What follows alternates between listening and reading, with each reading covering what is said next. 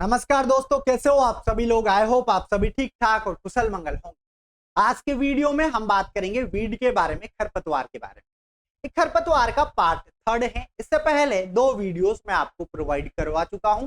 पहले वीडियो में हमने बात की थी कि खरपतवार क्या होते हैं और खरपतवार की क्या क्या विशेषताएं होती है। उसके बाद सेकंड क्लास में हमने बात की थी क्लासिफिकेशन ऑफ वीड, वीड का वर्गीकरण। और आज हम बात करेंगे वीड कंट्रोल के बारे में। अगर इससे पहले आप लोगों ने 2 पार्ट नहीं देखे हैं तो उनको जरूर देखना, क्योंकि वहां से एग्जाम में कई बार क्वेश्चन आपके पूछे गए हैं।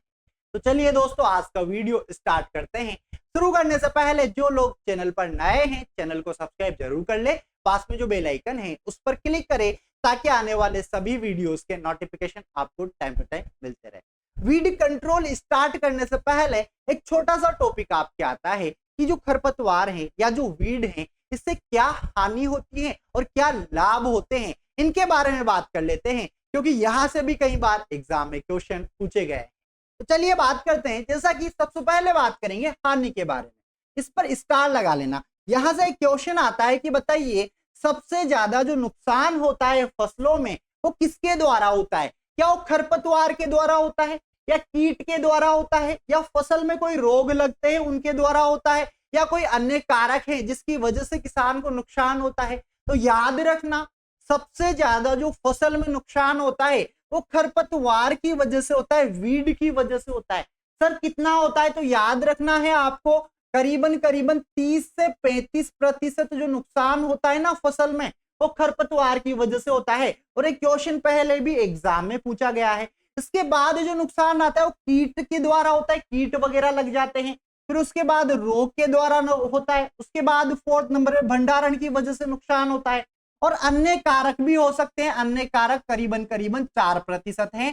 तो आप लोगों को याद रखना है कि फसल में जो सर्वाधिक नुकसान होता है वो किसकी वजह से होता है, तो खरपतवारों की वजह से होता है। वीड की वजह से जो उत्पादन होता है उसमें 30 से 35% तक गिरावट आ जाती है।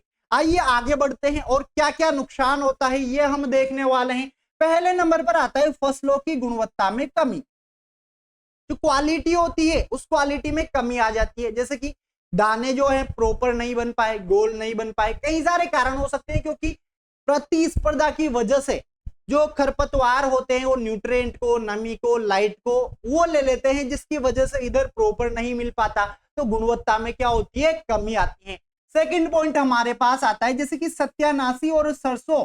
मतलब एक उदाहरण आपको दे रखा है, मुख्य फसलों में अगर खरपतवारों के बीज मिल जाते हैं तो उसकी वजह से भी नुकसान होता है, हानि होती है। जैसे कि कैसा नुकसान, अगर सत्यानाशी के बीज सरसों के बीज में मिल जाते हैं और उससे जो तेल प्राप्त होता है, अगर उस तेल को इंसान के द्वारा सेवन किया जाता है तो याद रखना जिसकी वजह से एक ड्रोपसी नामक रोग होता है, अंधापन रोग होता है। तो ये भी एक क्या है, नुकसान है, हानि है। इसके अलावा थर्ड आता है जंगली प्याजी व अन्य खरपतवारों को पशुओं द्वारा चरने पर क्या होता है, तो याद रखना जैसे कि जंगली प्याजी है आपके पास, या कुछ और भी ऐसे खरपतवार होते हैं, अगर इनको गाय भैंस वगैरह खा लेती है और जब हम उससे दूध निकालते हैं तो उस दूध में क्या आती है, दुर्गंध आती है। दुग्ध में क्या आती है, दुर्गंध आती है। किसकी वजह से, उस खरपतवार की वजह से। तो याद रखना है, ये भी इंपॉर्टेंट है। इसके अलावा एक मैं आपको बताऊं, जब हम लहसुन की बुआई करते हैं और लहसुन जब हमारा पक जाता है कंप्लीट, तो हम लहसुन की कटाई करते हैं। और लहसुन की कटाई करने के बाद जो उससे निकलने वाले डंठल वगैरह होते हैं, अगर उनको भी हम पशुओं को डाल देते हैं और उससे अगर आप दूध निकालोगे तो उस दूध में आपको लहसुन की दुर्गंध आती है। ठीक है, आगे बढ़े। अगला आता है मृदा नमी को कम करना। खरपतवार क्या होते हैं, मिट्टी में उपस्थित जो नमी है, जो पानी हमने हमारी मुख्य फसल के लिए पिलाया था, ठीक है, उसको क्या कर लेते हैं, खरपतवार भी ले लेते हैं, जिसकी वजह से मृदा नमी में क्या आती है, कंटिन्यू कमी आती रहती है। अगला, मृदा उपजाऊपन को नष्ट करना। खरपतवार क्या करते हैं, जो हमारी फर्टाइल जो सोइल है उसको कम कर देते हैं, जिसकी वजह से सोइल प्रोडक्टिविटी भी कम हो जाती है, मतलब मृदा उत्पादकता भी कम हो जाती है। अच्छा, मृदा से मुझे याद आया, कई बच्चे बोलते हैं कि सर जो सोइल साइंस है, सोइल साइंस ये हमें काफी ज्यादा कठिन लगती है। इसके वीडियोस मैंने कैप्टन एग्रो पर डाले हुए हैं, एक बार जाके देखना, सब कुछ आसानी से आपको याद हो जाएगा और आपका एक भी क्वेश्चन गलत नहीं होगा। चलिए आगे बढ़े। अगला आता है कीट व रोगों को शरण देना। ये खरपतवार क्या करते हैं, कीटों को और रोगों को शरण देते हैं। जैसे फॉर एग्जाम्पल ये कोई खरपतवार उगा हुआ है, ठीक है, अब इस खरपतवार पर क्या होंगे, कई सारे कीट आके लग जाएंगे और इन कीटों की वजह से कई सारे रोग होने लगेंगे। अब इससे क्या होगा कि हमारे पास जो मुख्य फसल है, तो ये कीट यहां पर आ जाएंगे, ठीक है, ये रोग इस तरीके से इधर ट्रांसफर हो जाएगा, जिसकी वजह से सोइल फर्टिलिटी या जो हमारे पास जो एक तरीके से प्रोडक्शन होगा वो क्या हो जाएगा, कम हो जाता है। किसकी वजह से, खरपतवारों की वजह से। अगला पॉइंट आता है एलिलोपैथी। अच्छा, एलिलोपैथी क्या होता है, तो याद रखना एलिलोपैथी में क्या होता है, फॉर एग्जाम्पल ये कोई वीड है, खरपतवार है, अब इसकी जो जड़ें हैं तो कई बार इन जड़ों से कुछ ऐसे रसायन निकलते हैं जो रसायन क्या करते हैं, एक ऐसी गैस या एक ऐसी दुर्गंध पैदा करते हैं जिसकी वजह से हमारी फसल में काफी ज्यादा नुकसान होता है और इसको कहा जाता है एलिलोपैथी। तो ये भी आपको याद रखना है। अगला है गाजर घास की अगर हम बात करें तो गाजर घास एक ऐसा खरपतवार है जो आसानी से नष्ट नहीं होता है और याद रखना इसकी वजह से इंसानों के अंदर चर्म रोग होता है। क्या होता है, चर्म रोग होता है। तो कई सारी हानियां होती है, किसकी वजह से, खरपतवार की वजह से। टोटल मिलाकर की कितनी हानि होती है, तो याद रखोगे 30 से 35% तक उत्पादन में कमी आती है। अगला अगर हम बात करें कि सर खरपतवारों से लाभ क्या होते हैं, ये तो बात हो गई हानि, अब लाभ भी होते हैं, ठीक है, तो लाभ कौन कौन से होते हैं, आओ देखो। एक तो मृदा संरक्षण होता है। सर मृदा संरक्षण कैसे होता है, तो मैं आपको बता दूं कि जो खरपतवार की जड़ें हैं ये हमारी मिट्टी को अच्छे तरीके से जकड़े रहती है, जिसकी वजह से सॉइल इरोजन आदि नहीं हो पाता है। तो ये क्या करता है, एक तरीके से सॉइल इरोजन को भी रोकता है, कहने का मतलब है मृदा संरक्षण करता है। ये इसका एक क्या हो गया, लाभ हो गया। इसके अलावा जैविक कीट नियंत्रण में काम आते हैं। कुछ खरपतवार ऐसे होते हैं जिनसे हम क्या करते हैं, कीटों का नियंत्रण कर सकते हैं, पर्टिकुलर उस पर आकर लगेंगे, उसकी भी हम बात करेंगे यहाँ पर। इसके अलावा एक तरीके से आर्थिक स्थिति, मतलब देखते हैं इस पॉइंट को थोड़ा, आर्थिक महत्व में। अब आर्थिक महत्व में कैसे, तो मैं आपको बता दूं कुछ खरपतवार ऐसे होते हैं जो काफी ज्यादा लाभदायक होते हैं, जिनसे दवाइयां वगैरह बनती है और इन खरपतवारों की जो जड़ें वगैरह है, पत्तियां हैं, सबको दवाइयों के रूप में भी काम में लिया जाता है। तो आर्थिक महत्व में भी इनका काफी बड़ा योगदान है।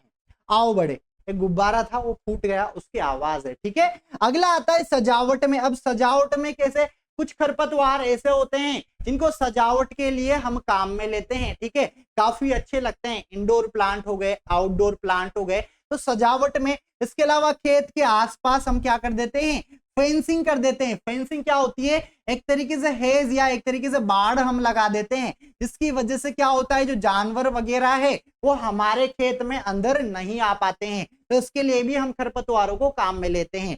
अगला आता है चारे के रूप में। सर चारे के रूप में कैसे, मैं आपको बता दूं, अगर आप गांव से बिलोंग करते हो तो आपको पता होगा खेत के आसपास जो मेड़ होती है, ध्यान से समझना, ठीक है, इस पर कई सारे खरपतवार इस तरीके से उगे हुए रहते हैं।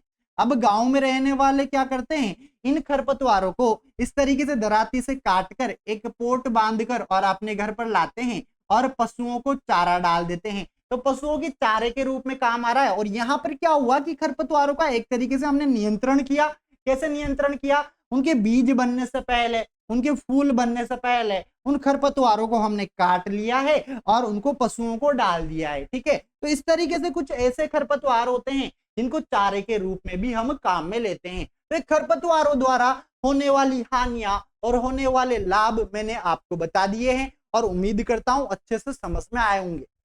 अब बात करेंगे वीड कंट्रोल की, खरपतवार नियंत्रण की। खरपतवार नियंत्रण कितने प्रकार का होता है, तो मैं आपको बता दूं, 2 प्रकार से हम वीड कंट्रोल कर सकते हैं। एक तो निरोधात्मक उपाय होते हैं और एक आपके उन्मूलन होता है। ये क्या होता है, तो आइए आगे बढ़ते हैं, समझते हैं। 2 तरीके से हम क्या करेंगे, वीड कंट्रोल करेंगे। खरपतवार नियंत्रण की बात हम यहाँ पर कर रहे हैं, वीड कंट्रोल, इसमें 2 तरीके से 2 मेथड हम अपना सकते हैं। जैसे कि एक तो निरोधात्मक, जिसको प्रिवेंटिव मेथड हम बोलते हैं, एक होता है उन्मूलन, जिसको इरेडिकेशन बोलते हैं। अब इन दोनों में डिफरेंस समझते हैं कि ये होता क्या है। तो ध्यान देना, अगर निरोधात्मक उपाय की मैं बात करूं तो इसमें हम क्या करेंगे, खरपतवारों द्वारा होने वाला विस्तार व उनका विवरण, कहने का मतलब है फैलना, उनका विवरण, इनको क्या कर देते हैं, एक तरीके से रोक देते हैं या नष्ट कर देते हैं। इस प्रकार के कंट्रोल को हम क्या बोलेंगे, निरोधात्मक या प्रिवेंटिव मेथड हम बोलते हैं। इसमें खरपतवार पूरे तरीके से नष्ट नहीं होते हैं, आपने क्या किया है, उनको रोका है, मतलब वापस उगेंगे वो, ठीक है। तो ऐसे उपाय को हम बोलते हैं निरोधात्मक विधि या फिर इसको प्रिवेंटिव मेथड हम बोलेंगे। अगला आता है उन्मूलन। सर उन्मूलन क्या होता है, तो उन्मूलन ध्यान से समझना, पर्टिकुलर कोई एरिया है, उस एरिया में पूरे तरीके से पूर्णतः खरपतवारों को नष्ट करना। क्या करना, नष्ट करना। इसको क्या कहा जाता है, तो उसको खरपतवार उन्मूलन या इरेडिकेशन कहा जाता है। इसमें क्या होता है कि सपोज करो कोई एरिया है, पर्टिकुलर कोई विलेज हो सकता है, उसमें उगने वाले जो खरपतवार हैं उनको पूरे तरीके से सारे के सारे गांव वाले मिलकर क्या कर देते हैं, एक तरीके से नष्ट कर देंगे। इस प्रकार को हम क्या बोलेंगे, तो उन्मूलन या इरेडिकेशन कहा जाता है। इसमें खरपतवार वापस दोबारा नहीं उगते हैं। अब हम बात करेंगे कि सर खरपतवार जो हैं इनको कंट्रोल कैसे किया जा सकता है, कंट्रोल करने की कौन कौन सी विधियां हैं। तो देखो 3 प्रकार से हम खरपतवारों को नष्ट कर सकते हैं, उनको कंट्रोल कर सकते हैं। 3 प्रकार कौन कौन से, आओ देखो। पहले नंबर पर हम बात करते हैं भौतिक व यांत्रिक नियंत्रण, कि किस तरीके से इसमें कौन कौन सी विधियां अपनाएंगे, ये सब कुछ हम पढ़ेंगे भौतिक व यांत्रिक नियंत्रण में। सेकंड आता है जैविक नियंत्रण, बायोलॉजिकल कंट्रोल के द्वारा भी हम वीड को क्या करते हैं, कंट्रोल करते हैं। और थर्ड आता है रासायनिक नियंत्रण, केमिकल कंट्रोल, और इसका सबसे ज्यादा प्रयोग हो रहा है प्रेजेंट टाइम पे। रीजन क्या है, क्योंकि पहले खेती ऐसे बड़े पैमाने पर नहीं किया करते थे, पहले खेती कम क्षेत्र में करते थे, अब खेती ज्यादा हो रही है, ठीक है। जो गांव के लोग हैं वो सिटी में आके काम करने लग गए हैं, तो कहने का मतलब है गांव में भी मजदूरों की कमी है। इस केस में किसान क्या करता है, डायरेक्ट केमिकल लाता है और केमिकल का स्प्रे कर देता है, जिसकी वजह से सारे के सारे खरपतवार नष्ट हो जाते हैं। तो एक एक करके यहाँ पर हम पढ़ेंगे। पहले नंबर पे हम बात करेंगे भौतिक व यांत्रिक नियंत्रण। तो आओ देखो, भौतिक व यांत्रिक नियंत्रण में हम क्या करेंगे, तो देखो जैसे कि हाथ से उखाड़ना। अब इसको भी ध्यान से पढ़ना, कई बच्चे सोचते हैं कि सर यहाँ से क्वेश्चन क्या आएगा, यहाँ से क्वेश्चन आता है जैसे कि हाथ से उखाड़ना। इस विधि का प्रयोग हम कहां पर करते हैं, तो मैं आपको बता दूं, जो छोटे क्षेत्र हैं ना, मतलब जो छोटे पैमाने पर, कहने का मतलब है सपोज करो हमने कोई नर्सरी लगाई हुई है, क्या लगाई हुई है, कोई नर्सरी किसान के द्वारा लगाई हुई है। और याद रखना ये छोटे छोटे क्षेत्र में हम नर्सरी लगाते हैं, ठीक है। और बिल्कुल नर्सरी में क्या होते हैं, पौधे पास पास होते हैं, सघन होते हैं। अब इस केस में हम क्या करेंगे, ना तो इसमें कुदाली चला सकते और ना ही कल्टीवेटर चला सकते। तो किस तरीके से खरपतवारों को नष्ट किया जाए, तो फार्मर क्या करता है, अपने हाथ से, जैसे फॉर एग्जांपल इसमें यहाँ पर कोई खरपतवार इस तरीके से उगे हुए हैं, तो किसान क्या करता है, हाथ से उखाड़कर इस खरपतवार को फेंक देता है। इस प्रकार के नियंत्रण को हाथ से उखाड़ना हम बोलते हैं।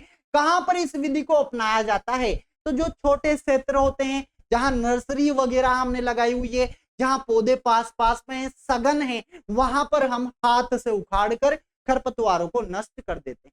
अगला आता है निराई गुड़ाई करना। अच्छा, निराई गुड़ाई करना ये कहां पर करते हैं, तो आओ देखो, जो आपके बागवानी फसलें हैं, क्या है, जो आपके बागवानी फसलें हैं, उनमें हम क्या करते हैं, खुरपी की सहायता से, किसकी सहायता से, खुरपी की सहायता से, या फिर कुदाली की सहायता से, या कल्टीवेटर की सहायता से, आदि की सहायता से हम क्या करते हैं, खरपतवारों को उखाड़ कर फेंक देते हैं, नष्ट कर देते हैं।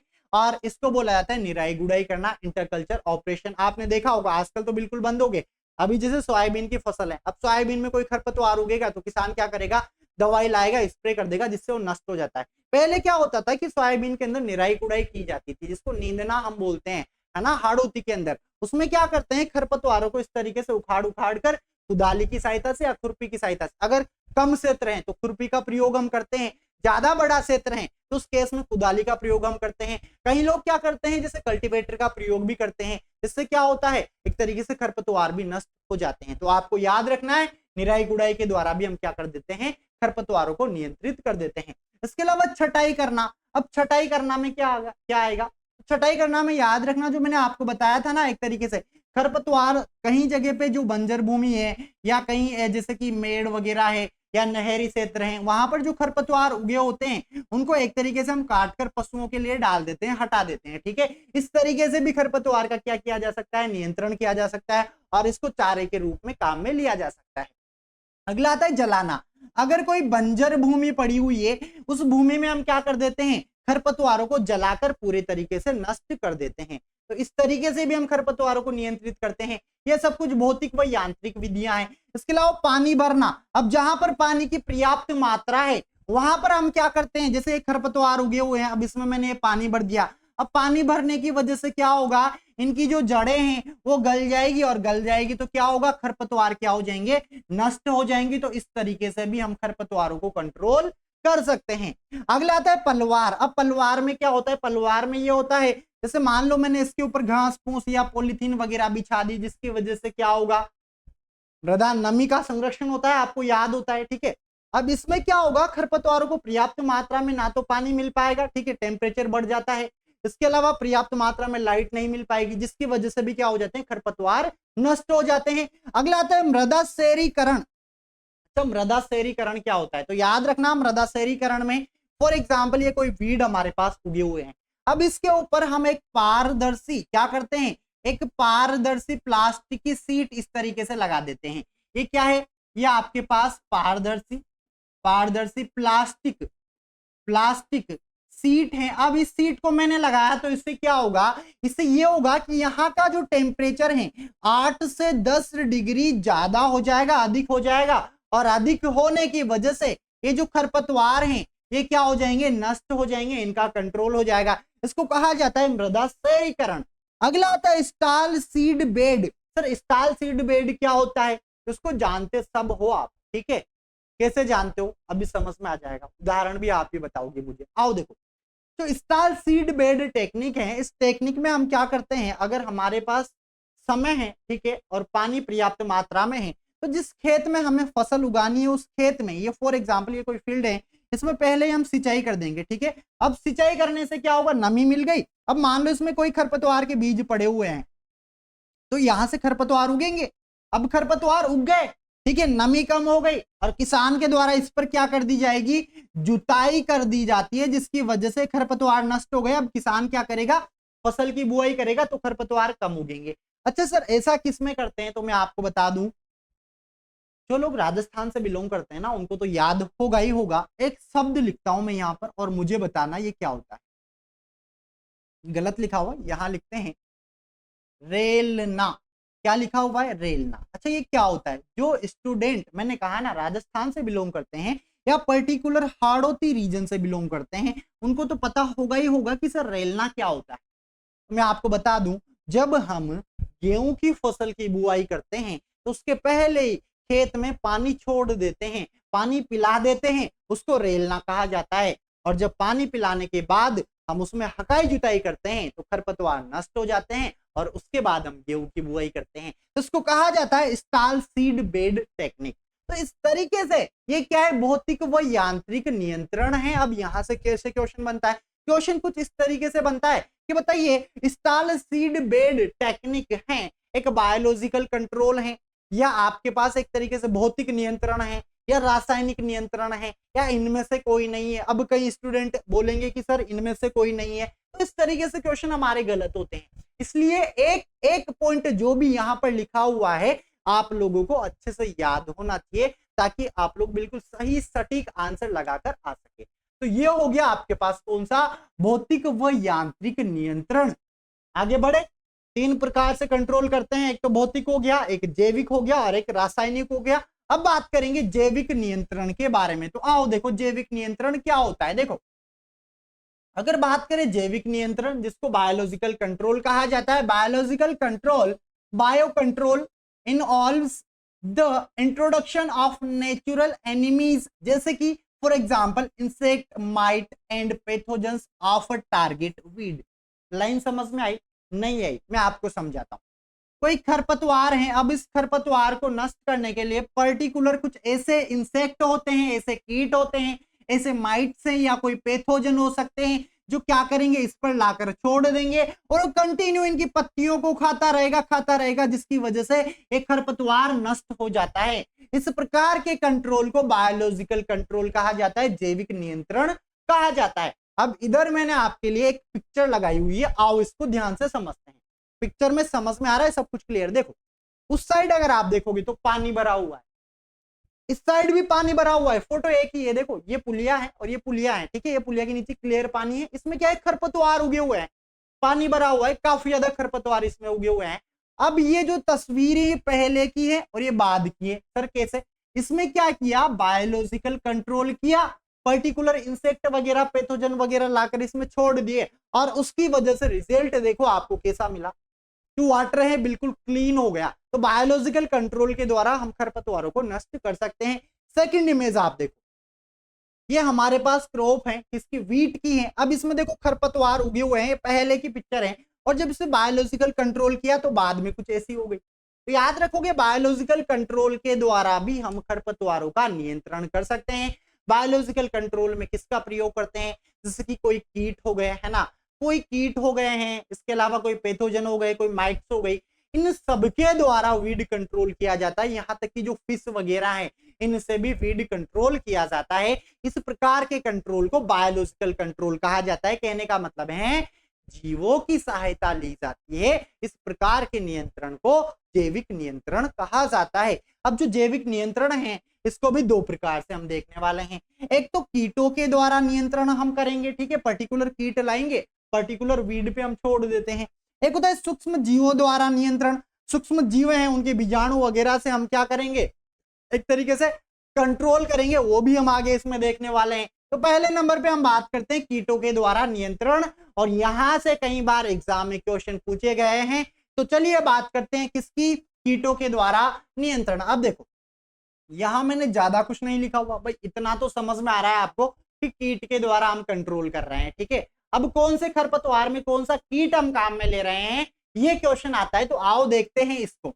जैसे कि इधर मित्र कीट लिखा हुआ है। अच्छा मित्र कीट क्यों बोला, क्योंकि मित्र हुआ ना यार, फ्रेंड हुआ, ये मदद कर रहा है खरपतवार को नष्ट करने के लिए। एक तरफ हमने लिखा हुआ है खरपतवार का नाम कि कौन से खरपतवार को नष्ट करता है, आयातित देश, कौन से देश से इसको लाया गया है और वर्ष कब लाया गया है, ठीक है। तो आओ देखो, जैसे बात करें क्रोसिडोसीमा लेंटाना, अगर इसकी मैं बात करूं यहां पर, ये एक क्या है, मित्र कीट का नाम है। नाम क्या है, क्रोसिडोसीमा लेंटाना, याद करना है, बार बार बोल रहा हूं, क्रोसिडोसीमा लेंटाना। और ये क्या करता है, जो लेंटाना कैमरा वीड है इसको नियंत्रित करता है, कंट्रोल करता है, इसको खा जाता है। और याद रखना इसको हम कहां से लाए, तो याद रखोगे मैक्सिको से लाए। कब लाए, 1921 में।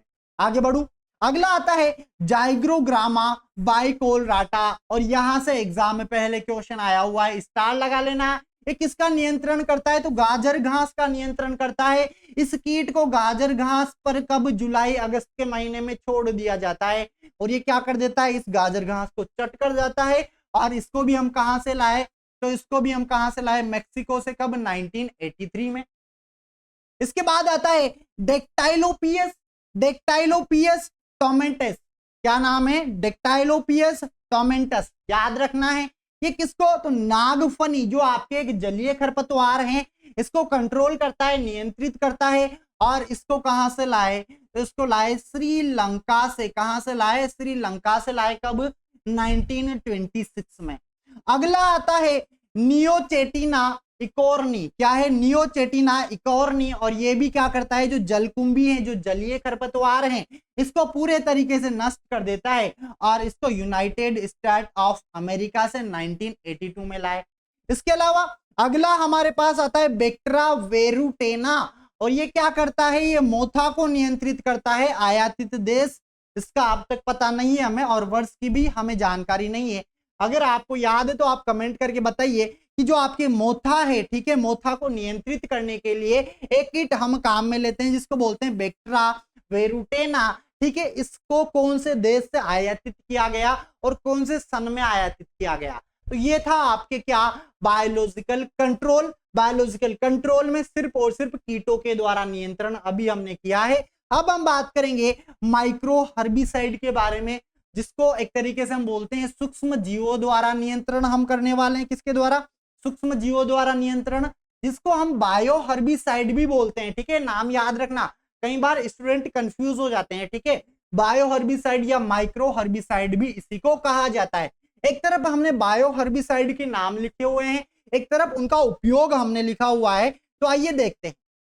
जो सबसे पहला बायो हर्बिसाइड है फर्स्ट, वो आपके डिवाइन है। कौन है डिवाइन? आपको याद रखना है। अच्छा, डिवाइन क्या है, किस प्रकार से उपयोग करते हैं और कौन से खरपतवार में काम में लेते हैं? तो आओ देखो, फाइटोप्थोरा पाल्मियोरा नामक एक कवक होता है, उसके बीजाणुओं का तरल मिश्रण जो है उसको बोला गया है डिवाइन। क्या बोला गया है? फाइटोप्थोरा पाल्मियोरा कवक के बीजाणुओं का जो तरल मिश्रण है उसको डिवाइन हम बोल रहे हैं। और एक किसको कंट्रोल करता है? तो स्ट्रेंगल वाइन इन सिट्रस। याद रखोगे, सिट्रस की फसल में एक खरपतवार उगता है, स्ट्रेंगल वाइन इसको क्या करता है? नियंत्रित करता है।